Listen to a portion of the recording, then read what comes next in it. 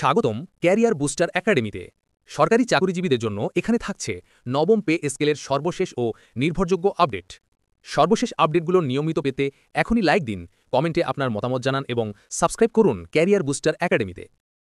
ভাই বোনেরা, আসসালামু আলাইকুম। যে যেখান থেকে দেখছেন সবাইকে ধন্যবাদ।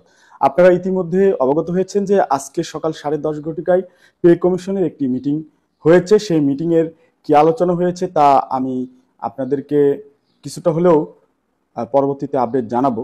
তবে কিছু কিছু বিষয় আছে যেগুলো না জানানোই উত্তম।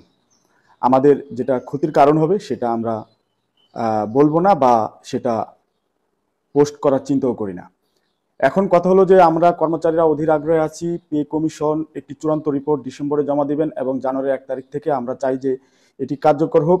সেক্ষেত্রে আমাদের এটি করতে হলে আমাদের সকল কর্মচারীদেরকে ঐক্যবদ্ধভাবে অবজার্ভ করতে হবে যে বর্তমান সরকার পে কমিশন পে স্কেল নিয়ে কি ভাবছেন।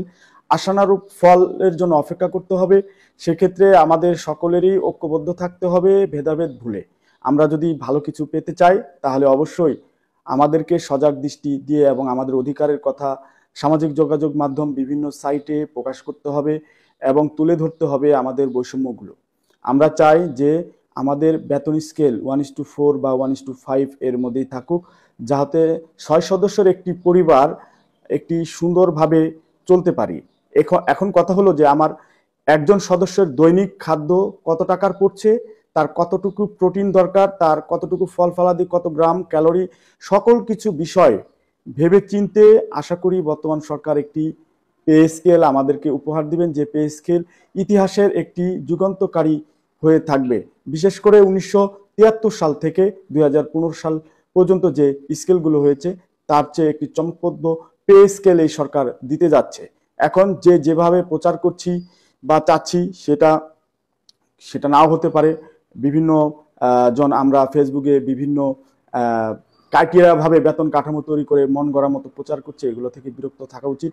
সরকারের যারা নীতি নির্ধারণী আছেন সকল সংগঠন তাদের দাবি দাওয়াসমূহ পে কমিশনে জমা দিবেন, সেখানে যাচাই বাছাই করে আশা করি সরকার একটি এশিয়া মহাদেশের অন্যান্য রাষ্ট্রের সাথে সমন্বয় করে আগামী 5 বছর যাতে সরকারি কর্মচারীরা সুন্দরভাবে চলতে পারে, তাদের যাতে বৈষম্য না হয়। 1 থেকে 10 গ্রেডের যে ইয়েটা হয় সেখান থেকে 11 থেকে 20 গ্রেডের পার্থক্য যদি বেশি না হয়, সেটাই আমাদের প্রত্যাশা। ধন্যবাদ। সে পর্যন্ত আপডেট নিয়ে আপনাদের সামনে আবার হাজির হব। সে পর্যন্ত ভালো থাকুন, সুস্থ থাকুন। আসসালামু আলাইকুম।